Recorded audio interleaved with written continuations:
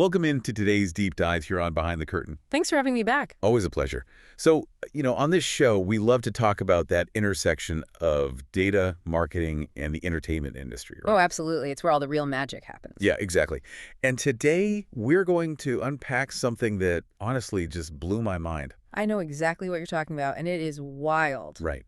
So imagine for a second that you are stepping into a ring to fight a multi-billion-dollar Hollywood studio at its own game. Good luck with that, right? Seriously. Like, Yeah. you don't have a century-old, culturally entrenched IP to lean on. No Mickey Mouse, no Batman. Nothing like that. You don't have a corporate war room. You don't have marketing budgets that rival, the GDP of a small island nation. Yeah, no armies of executives in tailored suits either. Definitely no executives analyzing focus groups behind two-way mirrors. All you have is a laptop, maybe a drawing tablet, a wildly original idea, Yeah. and a rabid internet fan base that you have built entirely from scratch. Which, a few years ago, sounded like a total pipe dream. Exactly, like some absurd tech startup fantasy. But looking at the landscape today, here in May 2026, it is the absolute reality of modern media. It's not just a reality, it is the defining reality right now. So our mission for today's deep dive is to explore this exact phenomenon. We are calling it Animation's New Wave. I like that title. It fits perfectly. Thanks. We are going to be using some incredible insights from Chris Colombo over at the consultancy company Brighter Path.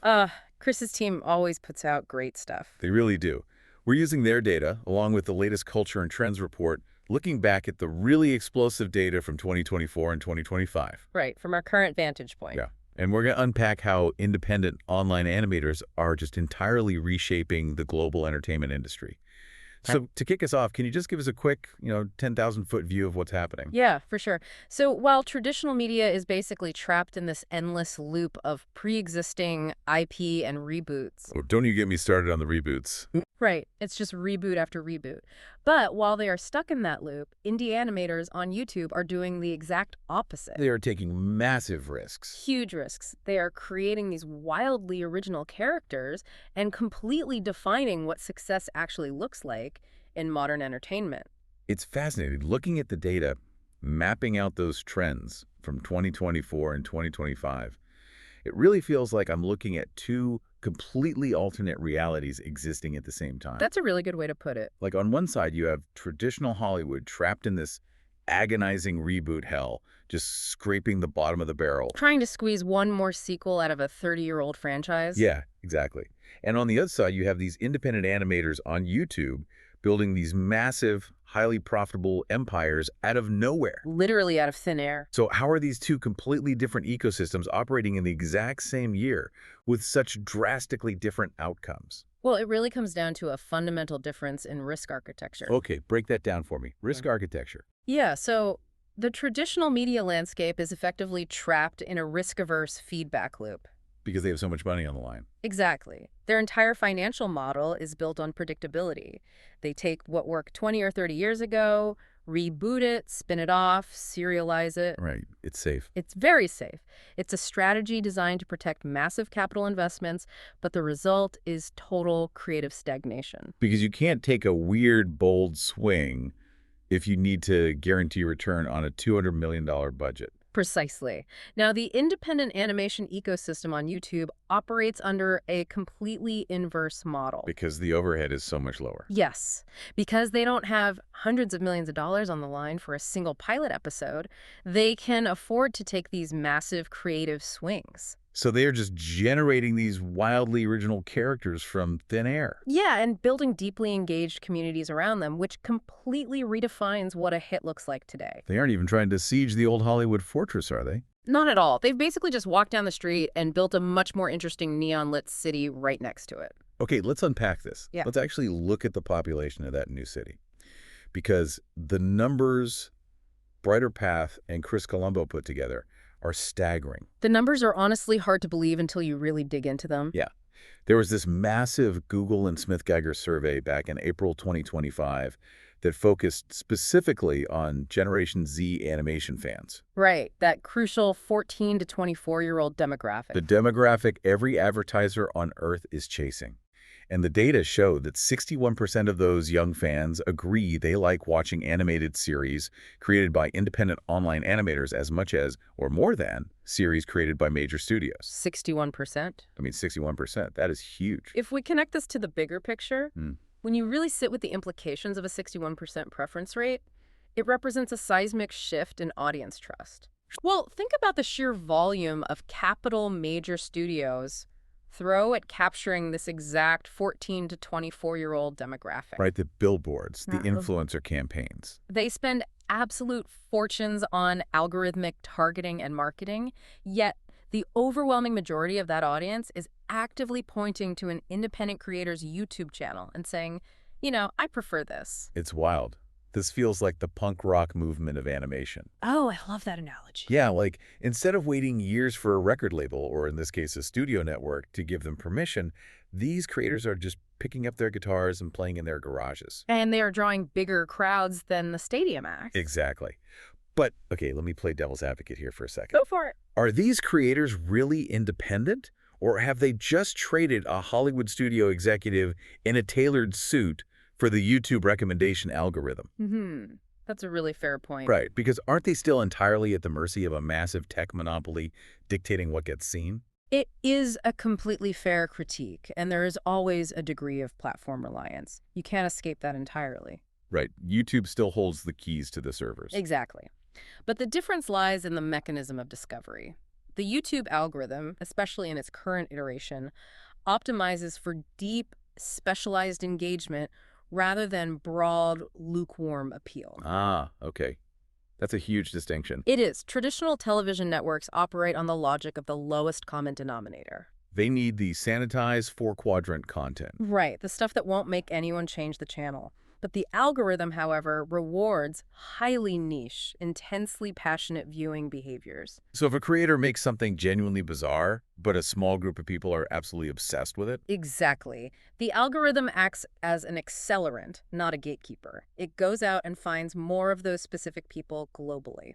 That makes a lot of sense when you look at the actual shows these creators are producing. Oh, the premises are incredible. They really are swinging for the fences with ideas that a corporate committee would literally laugh out of the room.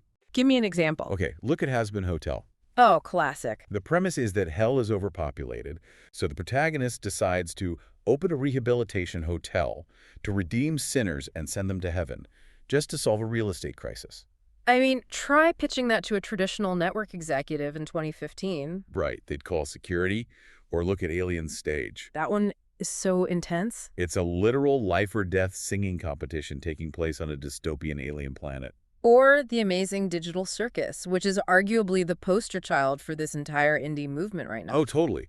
A cast of characters trapped in this surreal, neon, circus-themed virtual landscape. Ruled by a maniacal artificial intelligence ringleader with teeth for a head. You hear these pitches, and, instantly a traditional network would deem them way too weird. But that weirdness is the feature, not the bug. Right, it's what the audience actually wants. Because this specific generation, Gen Z, has grown up with the entire unfiltered internet at their fingertips since they could literally hold an iPad. They've seen everything. They have been exposed to every conceivable narrative trope by the time they are 12 years old. So they're fundamentally rejecting the bland middle ground of traditional media. Exactly, because they can see the corporate scaffolding holding it all up. They crave niche, edgy, hyper-specific storytelling. So to a studio executive, a show about an AI-run digital circus is an unquantifiable risk. But to this audience, that specific flavor of existential internet absurdity is incredibly authentic. Wow.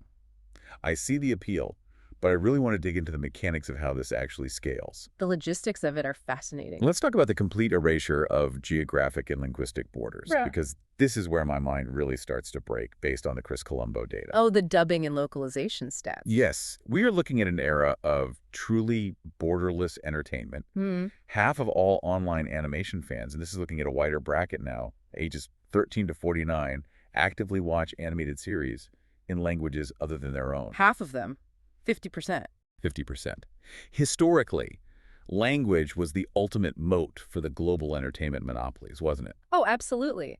If you made a show in English, you had your domestic market. And if you want to penetrate Latin America or Asia or Europe. You needed a massive corporate apparatus. You had to negotiate regional distribution rights, hire localization teams, manage voiceover casting in a dozen different countries. And coordinate regional marketing for all of those places? Exactly. It took years and tens of millions of dollars just to test a new market.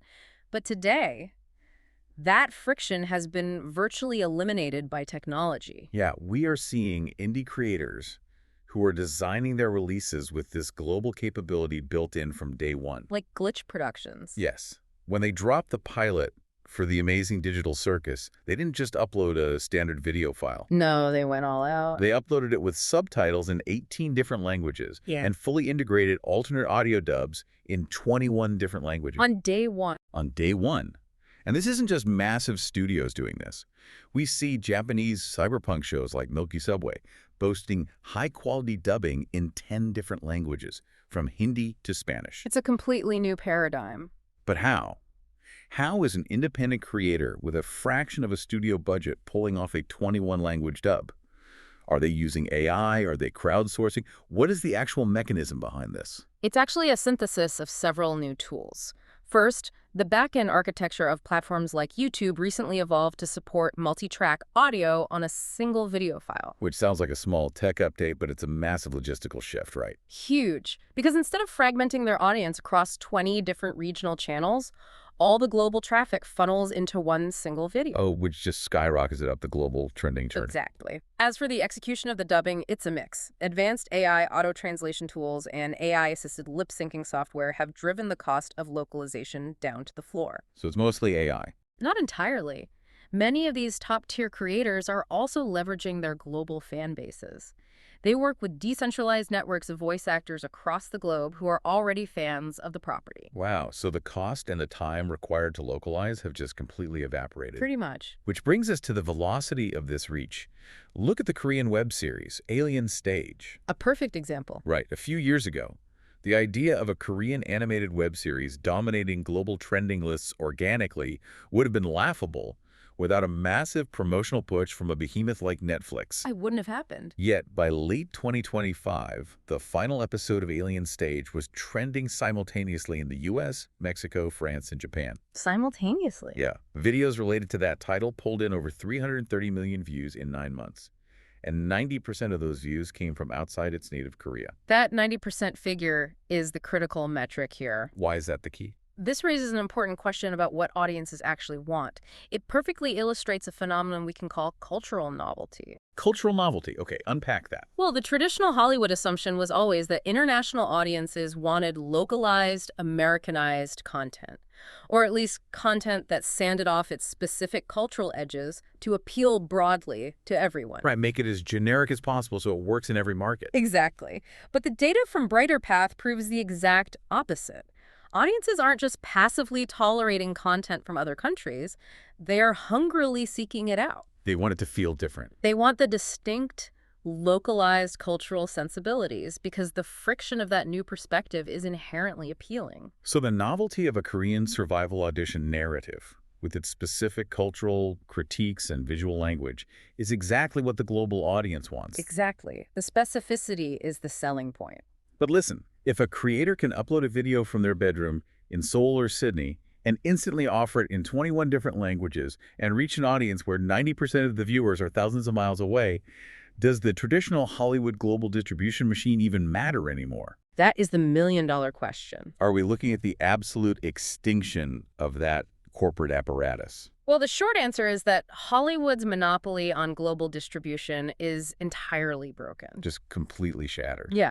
However, the smartest independent creators aren't actually trying to destroy the traditional streaming platforms. Yeah. No, they are using them as secondary revenue engines.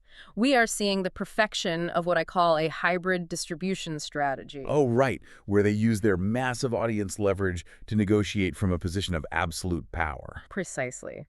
Shows like Helluva Boss or Murder Drones, which the Culture and Trends report highlighted with those Amazon Prime visual cues, they use YouTube as their primary launchpad. Because it's untethered. Right. It's their home base where they own the audience relationship directly.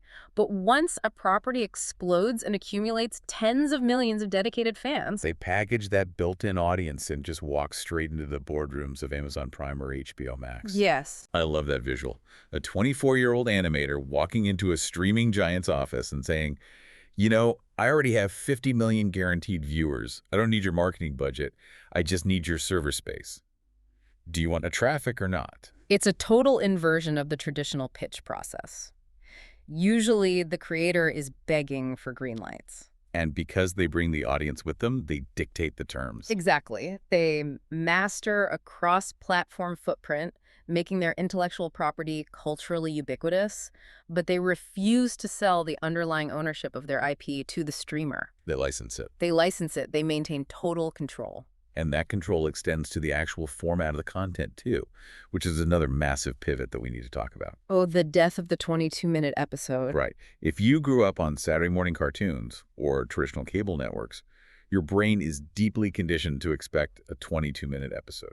You expect 3 distinct acts built around commercial break timings. Exactly. Hmm. But this indie wave is completely abandoning the traditional broadcast clock. They aren't just changing where we watch, they are changing the fundamental DNA of how an animated show functions. Because they aren't bound by network scheduling blocks or linear ad placements, they operate in a total vacuum. An episode could be 2 minutes long, Or it could be 45 minutes long. whatever serves the story. Right. But the true innovation happens in the spaces between those episodes. What do you mean? Well, if you aren't bound by 22-minute blocks, what fills that vacuum while fans are waiting for the next drop? The answer is terrifyingly fast, highly iterative, participatory content. Okay, I want to talk about this because it introduces a concept that completely rewired my understanding of online art.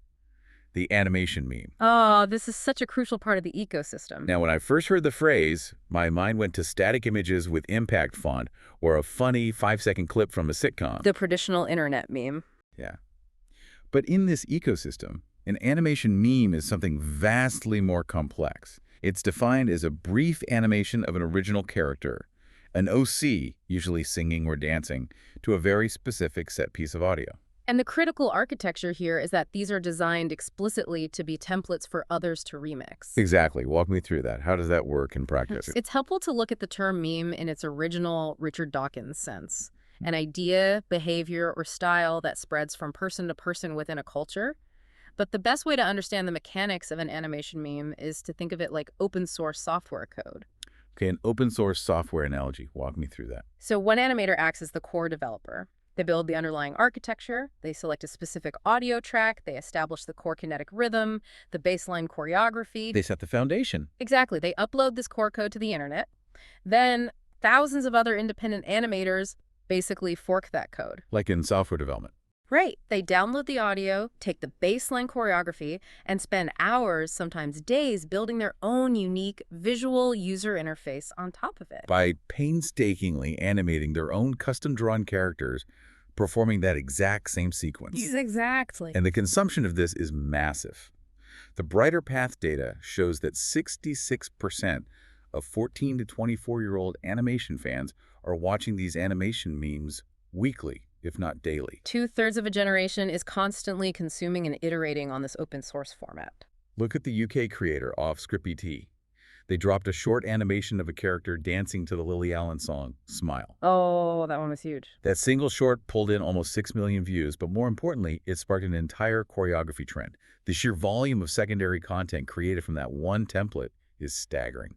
And it serves a dual purpose. For the creator, it is an incredible tool for skill development and community building. Right. But for the intellectual property itself, it acts as a decentralized, self-replicating marketing engine. So an animation meme is essentially the visual arts equivalent of a TikTok dance trend. Basically, yeah. But instead of learning the dance yourself, you're animating your own custom character to do it, which is an astronomically higher barrier to entry regarding skill. Oh, for sure. You aren't just sitting up your phone and shaking your hips. You are drafting frame-by-frame animation. Which is wild.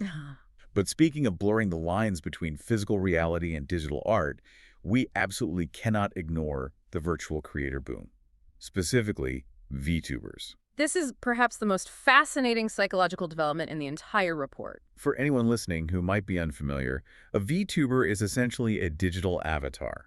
Instead of a human sitting in front of a webcam, streaming a video game, or chatting with an audience, it's a highly stylized, animated character on screen. But there's a real human performing behind it in real time. Right, driving the character's movements and expressions using motion capture technology. And the scale of this subculture is breathtaking. Give us some context. We are seeing creators like the Japanese VTuber Jufutai Riden rapidly surpassing 1.22 million subscribers. Over 1 million subs for a virtual avatar. And her community doesn't just passively watch her live streams. They actively harvest moments from her broadcasts and spend weeks polishing them into high-fidelity, fully produced animations. They're organically writing lore. Yes, expanding the narrative universe of her digital persona in real time.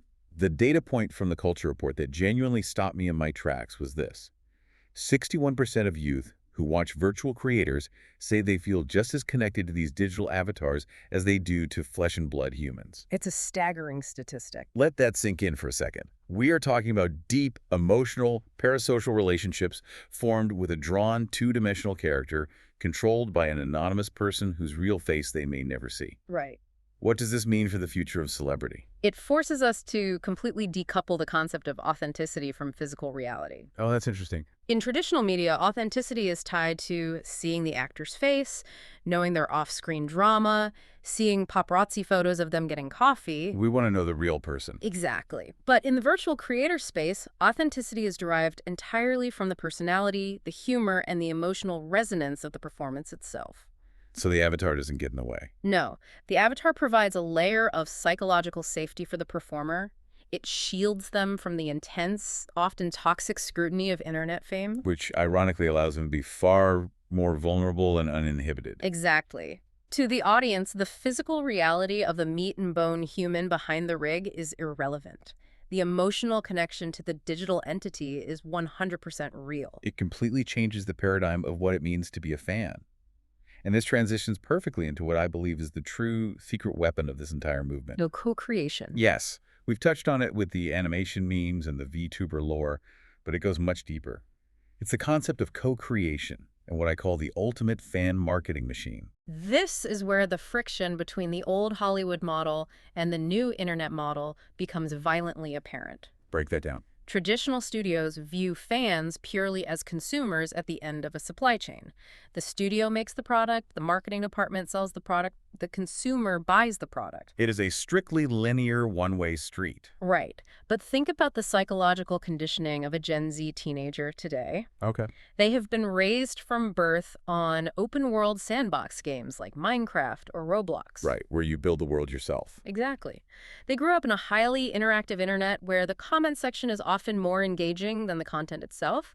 They don't just consume media, they build inside of it. They expect to be active participants. If they love a show, their instinct isn't just to watch it twice. Their instinct is to draw fan art, write 50,000 words of fan fiction, animate a meme about it, or remix the audio track. And the smartest indie animators aren't ignoring this behavior. They are weaponizing it. They are utilizing designed participation. Designed participation. I love that term. It's a brilliant strategic maneuver. You don't just hope for virality. You engineer the architecture for virality directly into the content itself. And the example of this in action is just a masterclass in modern marketing. Let's look at Glitch Productions and the amazing digital Circus again. Such a great case study. In their pilot episode, there's a sequence where the main character, Pomni, who is this deeply anxious character trapped in a jester outfit, is running through a void, frantically opening doors, trying to find an exit. Right, a very tense scene. Very tense. Yeah. And Glitch purposely released a specific high-resolution still frame of Pomni opening a door. But they replaced the room behind the door with a bright, flat green screen. Which is just brilliant. They didn't launch a contest. Yeah. They didn't explicitly ask the fans to do anything. They just provided the raw asset because they knew the internet would instinctively take that green screen and meme it into oblivion. It is the digital equivalent of leaving a blank canvas and a can of spray paint in the middle of a crowded city square. Of course people are going to paint on it. And they did. Fans keyed out the green screen and put Pomni opening the door to everything imaginable. Historical disasters, iconic moments from other video games. Bizarre internet subcultures. Millions of variations flooded TikTok, X, and YouTube. They essentially drove their customer acquisition cost down to zero. Because the fans did all the heavy lifting? They organically exploded the show's awareness across the entire web by letting the fans do the marketing for them. But it's crucial to understand that this only works because it's built on a foundation of mutual respect. It isn't just cynical corporate manipulation. Right, the fans have to actually care. You look at creators like Vivian Medrano, the mind behind Hazbin Hotel and Haluva Boss. She cultivates a massive fandom that creates incredible original songs based on her characters. And what's she do? Instead of issuing takedown notices, she actively monitors the community, finds these fan-made songs, and collaborates with the fans to turn their audio into official, fully animated music videos on her channel. Here's where it gets really interesting, because I have to highlight the massive contrast here. It is absurd. The contrast with traditional media. Yes. Think about the last time a group of passionate fans took a century-old IP from a traditional media conglomerate and made a highly polished fan game or a popular fan animation. What happens? Almost immediately, they receive a cease and desist letter. Exactly. From a team of high-priced corporate lawyers threatening to sue them into bankruptcy if they don't take it down. The corporate instinct is always to protect the IP with a suffocating iron fist. But these indie animators are looking at that playbook and doing the exact opposite. They are providing the green screens, they are collaborating. In some cases, they were literally putting fans on the payroll. It is a completely open source approach to storytelling and intellectual property. It requires a profound shift in how you view the value of an IP. How so? Traditional lawyers believe the value of an IP lies in its exclusivity and tight copyright control. The new wave of creators understands that an IP is actually only as strong as the community's emotional investment in it. Wow, yeah. A cease and desist letter might protect a copyright in a courtroom, but it absolutely slaughters community passion. And in an attention economy, passion is the only currency that matters. And there is absolutely no better example of optimizing for passion than the ultimate case study in this entire landscape. Epic, the musical. Oh, we have to spend some time on this. We do, because the numbers defy logic. What's fascinating here is that Epic is the gold standard for the co-creation era. Jorge Rivera Herrán set out to create a musical adaptation of Homer's Odyssey. Right? Under the traditional Broadway model, he would have locked himself in a studio for 5 years, secured millions in venture backing, and eventually emerged with a finished cast album hoping people liked it. But that's not what he did. Instead, he turned the entire multi-year production process into a live, open-source community project on the internet. He practically built the entire thing in public. He started by just posting raw, unpolished videos of himself at a keyboard, working out the melodies and lyrics. Showing the messy part of the process. Yeah. But as the audience grew, he realized he was speaking to a community of incredibly talented artists and performers. Yeah. So he adapted. Yeah. He started hosting open online auditions for the vocal parts. Anyone could submit. Anyone. He would post rough animatics, which are essentially bare-bones animated storyboards showing the development process of the scenes. And the fans responded exactly how we've been discussing, by participating. Right. They took his raw audio tracks and started imagining their own character designs, their own staging, their own lighting. They turned his unfinished songs into fully realized fan animatics. And Jorge didn't just passively observe this, he actively engaged with it. He started uploading reaction videos to his own channel, watching these fan-made animatics, and visibly freaking out over how brilliant they were. He provided massive validation to their creativity. And then he took the ultimate leap. He started directly sourcing artists from that very fan community and actually commissioning them, paying them to create the official animatics for the series. The results of this open source methodology are monumental. By mid-2025, there had been more than 1.3 billion with a B views of videos related to Epic, the musical. 1.3 billion. And here is the truly staggering metric. In just the first 6 months of 2025 alone, there were over 4,000 unique fan uploads of videos related to the musical and its animatics. Hold on, I need to interrupt you right there because my brain is catching on that math. Yeah. 4,000 unique, polished fan uploads in 6 months. Yeah.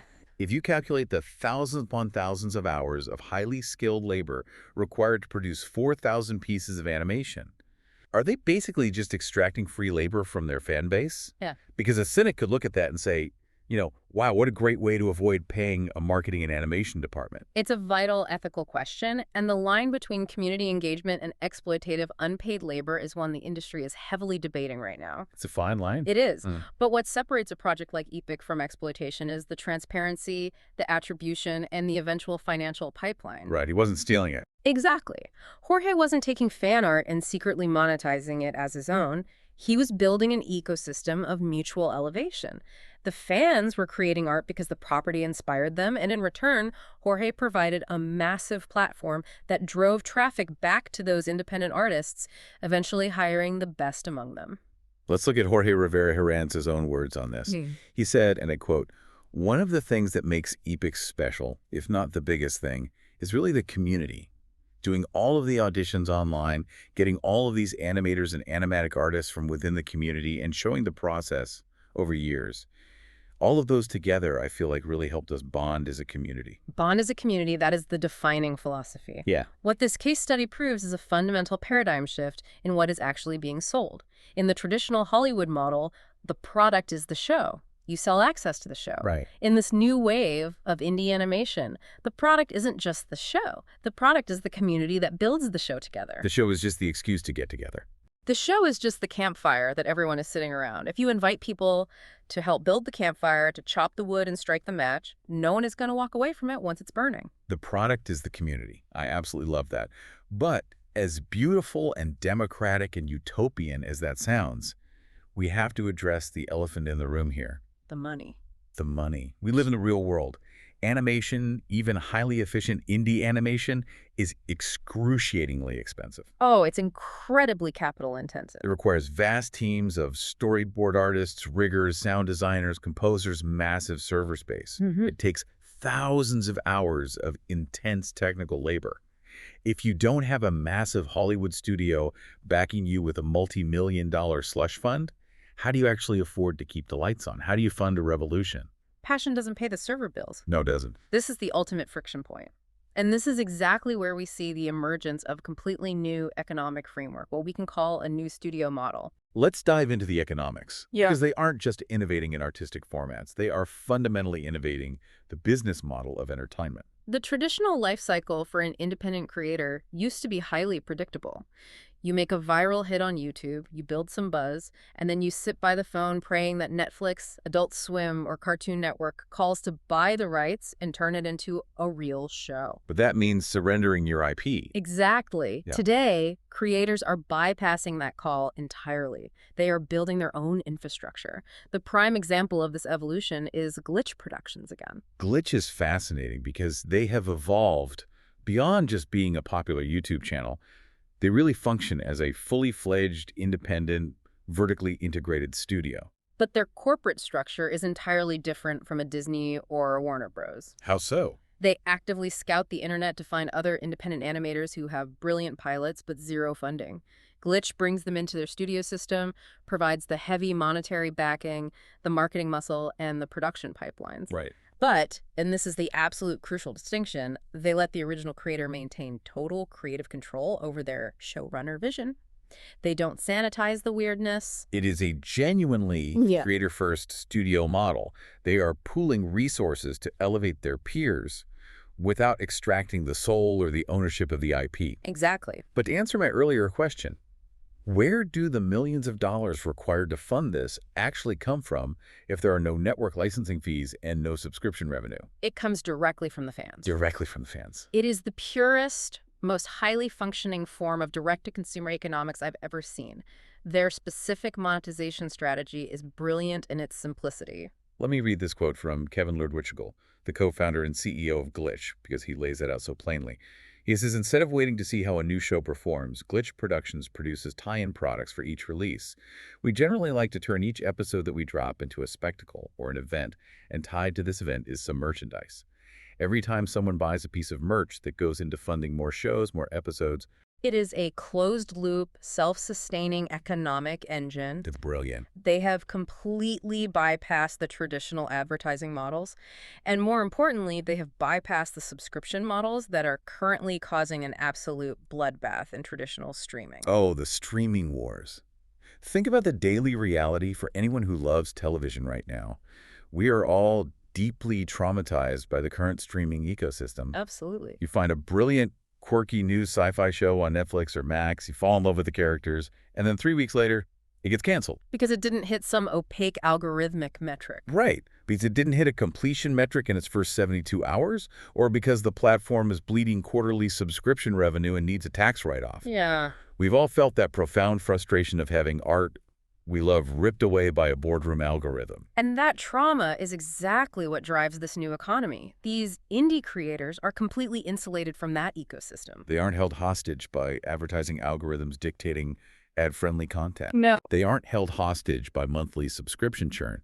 They are directly crowdfunding their art through high-margin physical goods. They create a massive online event, a highly anticipated new episode drop. And the community, because they feel that deep participatory bond we just spent an hour discussing, rushes to the store to buy a physical plushie of Pawnee. Or an exclusive t-shirt.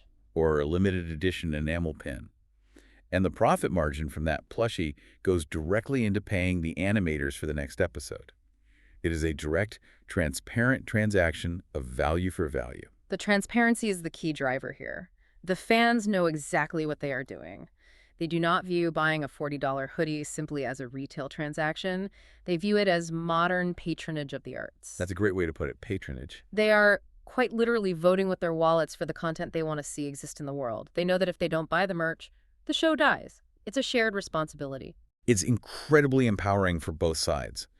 And if we look at Kevin Lubrichigle's broader philosophy, he isn't just trying to make Glitch profitable.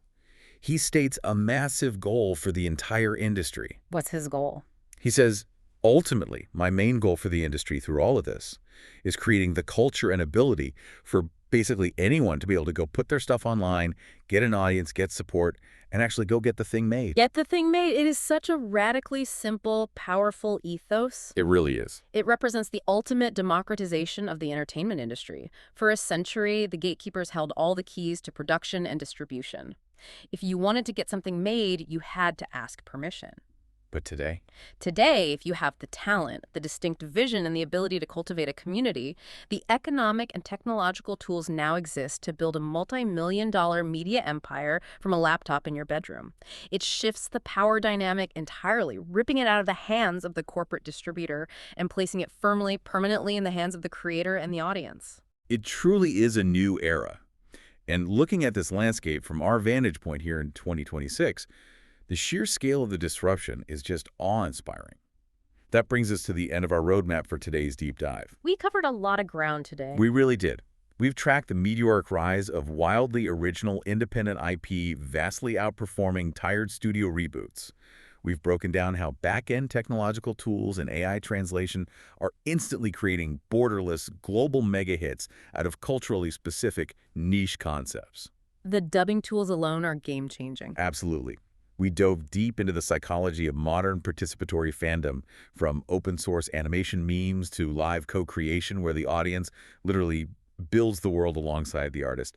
And finally, we unpack the direct-to-consumer merchandise spectacle economies that are funding this entire revolution, bypassing the streaming wars entirely. It's a completely new playbook. So what does this all mean for the future of entertainment?